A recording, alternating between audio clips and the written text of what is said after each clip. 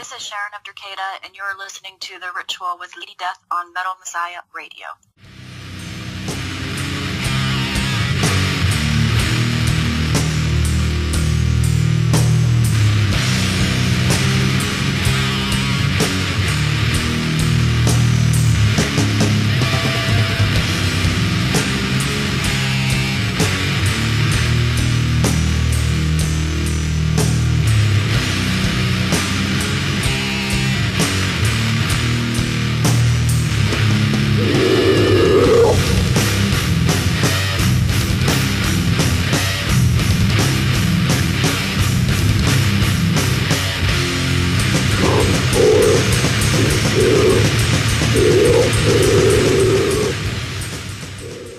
Hello everybody, this is Lady Death. Today the guitarist and vocalist of the band Derketa, Sharon, is joining us to talk about the band and their news.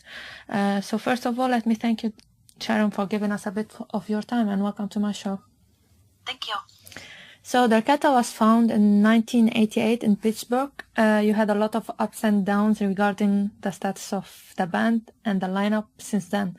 You released mainly an EP, Premature Burial in 1990, and a full length in 2012, in Death We Meet. And your latest release was a single in 2014, Darkness Fades Life. The band was known for being an all-female band back then, but as I mentioned to your ups and downs, in 2012, Michael Lachlan joined you on drums. Starting with the name of the band, Derketa. According to you, it was taken from Stygian mythology, and it refers to the goddess of death of a blood-drinking cult.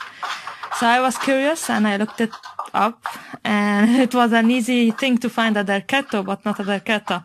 But eventually I found that Derketa, it was the queen of the dead.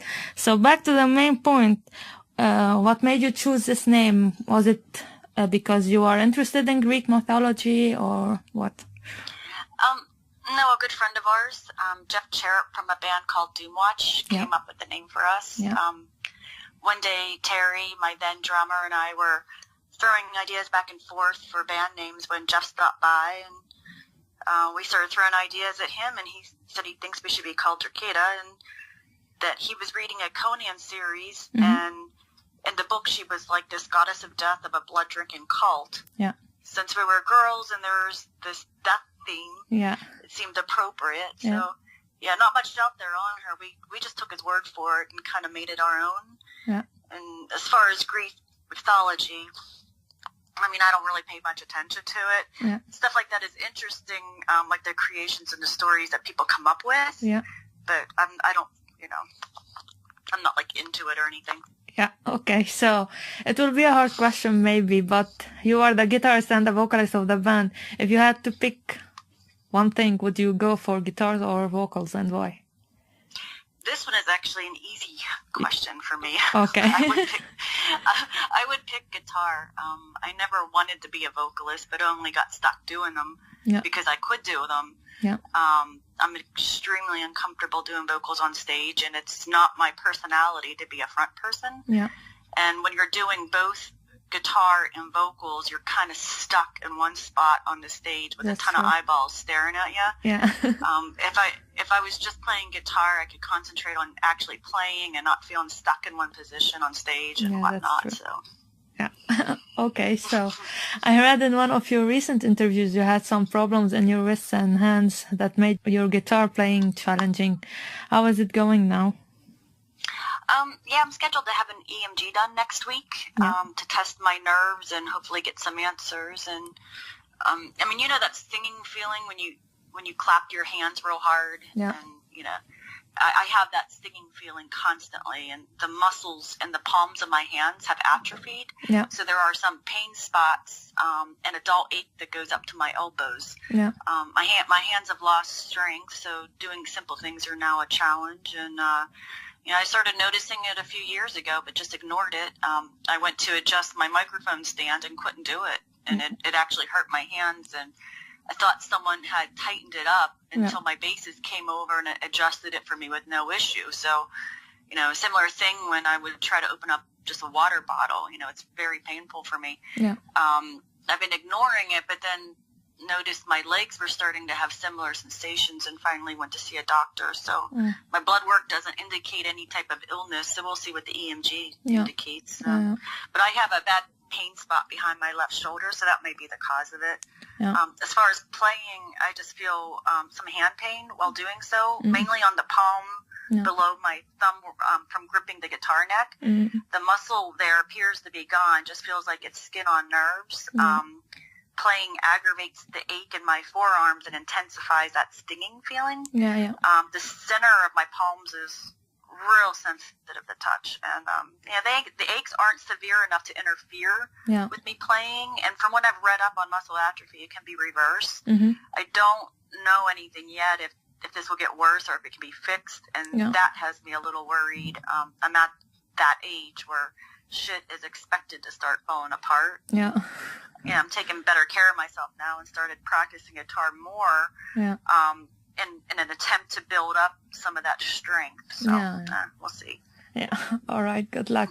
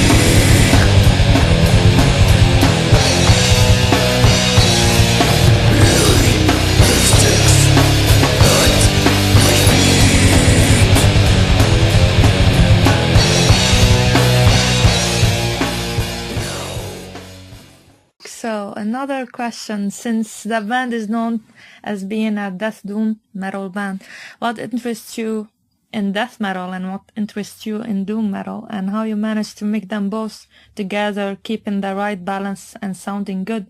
Because, you know, there's a lot of bands that try to mix two subgenres, let's say, and ended up sounding bad. Well, thank you. The label is a funny one. Back when we started, we were just considered a death metal band. And the scene was much simpler and honest back in those days, in my opinion. And as death metal became more known, there was this battle between the death metal guys and the thrash and heavy metal guys. Yeah, that's true. People were saying things like, you're only playing death metal because you don't know how to play, as if it was an ability thing. And some of the death metal guys, I mean, it's obvious on who kind of did this based on the releases of those bands, you know, but some of the death metal guys really took offense to it, and they started showing off their ability and brought in a technical aspect. So we had this technical death metal more people came into the scene and expanded their variations of what they thought were death metal. And now we have a crazy amount of terms for death metal, for the whole death metal genre. Yeah. Late 90s, people started to appreciate the original death metal style and brought in the term old school death metal. Yeah. With us, I guess we're not afraid to have a slower tempo song versus other bands that are chasing that aggressive speed aspect. So people started referring to us as Death Doom. Yeah. It does make it easier for people to find bands that may appeal to their taste in death metal music. Yeah. So, as far as what interests me in both genres, I like the aggression in death metal, but I also like that dreadful feel that doom brings to the table. Yeah. So, it's not really a conscious thing when I'm writing, but it's, just how I write. Yeah. So, And Thus We Meet contained unreleased track written between 1991 and 2010. How come you decided to release them now? And were all these tracks unreleased, or you had some fresh tracks on it too? In the late 90s and early 2000s, I was working with other drummers, and it just never felt right. Mm-hmm. I did a couple 7-inch releases with those, with the others on drums, and I wasn't 100% happy with how it all ended up. Just song tempos didn't seem to match with how I was hearing the songs in my head, and everything just seemed a bit off and rushed. Yeah. I decided that I wanted to work with Terry again because we always had such a great chemistry together, and I held off on releasing until she agreed to record again. Yeah. In the meantime, I just kept writing. She finally agreed to do the recording late in 2008. Yeah. The nostalgia bug bit her at it. We were at an Obituary Unleashed show here in Pittsburgh, and there were a few songs that were written when we started rehearsing again, as they were just broken riffs, and I was able to get them into song form with her. So it was kind of a mix from just years to present. Yeah, that's great. So your latest single, In Darkness Fades Live, had the title track and a Sepultura cover. The title track was quite doomy, let's say, but still heavy with some monstrous vocals. Now, I know you are a Sepultura fan, but I didn't expect a Sepultura cover since you aren't really known for being a speedy band, let's say, or thrashy band. So how come you did this cover? Well, the 7-inch was put out by a local record store that was releasing a series of 7-inches by local bands. The requirement for the 7-inch was an original song and a cover song for side B. I personally don't like when bands record covers, as and I really hate when bands record the cult classics that to me are just untouchable. But Sepultura's Morbid Vision album didn't have the best recording to it, and figured that we wouldn't mess it up too much and possibly give the song justice. Then it became a matter of picking a song that fit in the 7-inch time allotment, and so Troops of Doom it was. And we tried to stick to the original as much as possible, even me trying to imitate Max's broken lyrical phrasing, which was really hard to do. So because when you read lyrics, you kind of want to, match them up, and they don't match. If you ever try to, read along with what he's saying, it's impossible. That's true. I had the same issue when I tried to cover some old Decapitated songs. Like, the lyrics are totally different. I'm like, what? So, are you working on some new songs? I'm focused on the new songs right now, actually. I'm using up my vacation time from work before year end, and decided to use that time to finish the songs. My plan is for us to record this coming spring, summer. So that's great. See. So what was the album that changed your life, let's say, and pushed you to start a band? Yeah, these questions are always the hardest. I would have to say this Black Sabbath Greatest Hits album that I have. I listened to that album constantly when I was around 10 years old, and that was pushing me to wanting to play guitar. I never wanted to be in a band, though. I just wanted to play guitar, and got bored with learning cover songs and started stumbling on writing my own stuff. And once that happens, then you want to hear what you wrote as actual songs and start finding people to play the different instruments, and then you've gotten yourself in a band.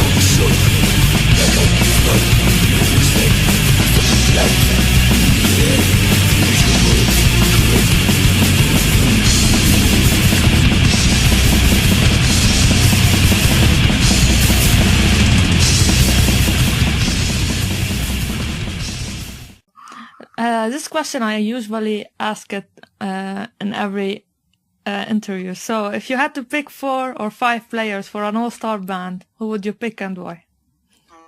Yeah, this is another extremely hard question. I have no idea, really. Yeah. I don't think that I've ever really thought of this. I can't even think of who I would consider a star to have an all-star band. And I don't mean that disrespectfully. I just see everyone as the same. But the people that I'm thinking of as possibilities are already in bands with outstanding members. You know, like for a drummer, I would pick the guy who played drums on the Candlemas Epicus Dumicus Metallicus. Okay. I absolutely love the drums on that album, so that is an easy pick that would come to mind right away. Okay. But really, every member that participated on that album is outstanding to me. That's what, you know.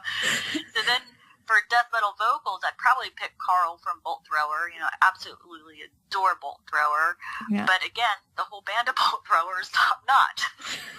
You know, but for actual vocals, I would probably pick Brian Balich from this band Argus. They're local here. Yeah. And again, all the members in Argus are incredible musicians to me. You know, so there's so many amazing guitarists and bassists out there, and that I can't really reel it in on who I'd pick. Yeah. But maybe if the members of those 3 bands got mixed in or mixed about in some way, that something amazing would be produced. I don't know. Yeah.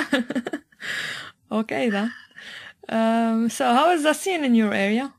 You will still go to live shows? What do you think about the death metal scene in general? Even though I know probably you will say it sucks, but... Yeah. Well, the scene in Pittsburgh is pretty good. We've always had primarily a punk hardcore scene. Yeah. The metal and doom kind of music is always been in the background. But, you know, it's primarily just that punk and hardcore. Yeah. But, you know, it's mixed with us older folks and the younger ones, and we all, you know, seem to get along. I still go to shows, and we'll drive a few hours to check out a show in another city. I still enjoy doing that, you know, having the good old road trip. Yeah.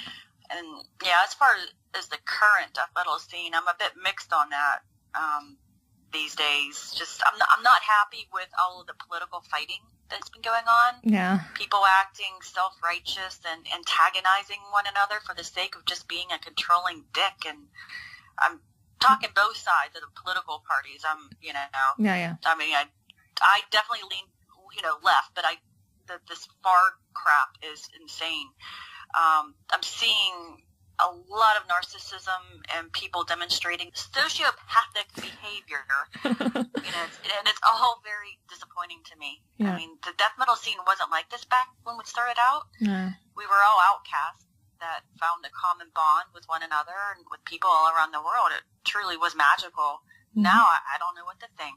You know, I'm happy to see that death metal is still appreciated and has appealed to more people, though. I mean, I just wish people would get off their high horses and leave, you know, one another alone. Treat everyone the way you want to be treated. It's that simple. It really is. Yeah. But, yeah. So are there any new bands you follow or like their music, or you're not really up to date with the new death metal era, let's say, and you only stick listening to the old bands and albums? Yeah, I'm really into this band Hell from Portland, Oregon. Mm-hmm. You know, for them being of the younger generation, I'm really into what they're doing. You know, it's like if I'm cleaning the house, I'll put on my Hell CD, you know. Yeah. And Memoriam are another, you know, new band that comes to mind, but, you know, they're a bunch of old dogs running that boat. But I primarily stick to the old stuff, though. Yeah. It's just what I'm most familiar with, and I just like the familiar. I don't stick out too much because I need to keep my mind fresh because I need to write my own stuff. Yeah. I'm always worried, you know, my subconscious is going to have me writing someone else's song, so I am mindful of that, and I kind of go into a radio silence whenever I'm writing. But, yeah, so, you know, I do pay attention to the new, like, when we play a fest, I'm always amazed, like, wow, like, it's gotten better than the 90s. The newer stuff that was happening back in the late 90s had me completely concerned because it was like this new metal. Yeah, that's true. I don't know what it was, but yeah. Yeah. I'm glad it's kind of returned to something that's decent. Yeah, well, actually, Chuck hated that nu metal stuff going up. In the, Oh my God, he just hated. So that's it. I guess my questions are done. Anything you would like to add? Yeah, well, thanks for inviting me to be interviewed. I do appreciate the thoughtfulness of Scott even recommending Derketa to you. And, Yeah. I absolutely hate my voice. I'm not sure if I can actually listen to this once it's done, but I hope it is bearable. Just tell me who likes his own voice. Everyone hates it. It's so brutal. But the people who are interested in us, we have a website. Yeah. It's, www.derketa.com. Yeah. We have an online store. People are really interested in us, and we're not a label band, so I do everything myself with orders. And as mentioned, I'm working on the new songs and hopes to record spring, summer of 2019. Mm-hmm. We have some shows lined up for next year, but I can't announce them just yet. So far all U.S. shows. Yeah. One will get us out to the West Coast finally, and I believe that will be announced sometime this month. So yeah, we'll still be around for 2019. So yeah, but happy about that. But since you mentioned the label thing, you're not like planning to sign with a label or something? Well, that's a tricky one, because a lot of the labels that are interested are just the smaller ones, and the smaller ones aren't really doing too much that we can't do. Yeah. The bigger ones want you to tour, and we just can't tour. But it's so low key. I mean, we'll see what happens. Yeah. The only advantage I see for signing with an actual label is that can get you to play fests. Everything is a lot it's so different. It's like a little bit of a political game, you know? Yeah. So. Yeah, well, good luck then. Well, thank you. So thank you for your time, Sharon.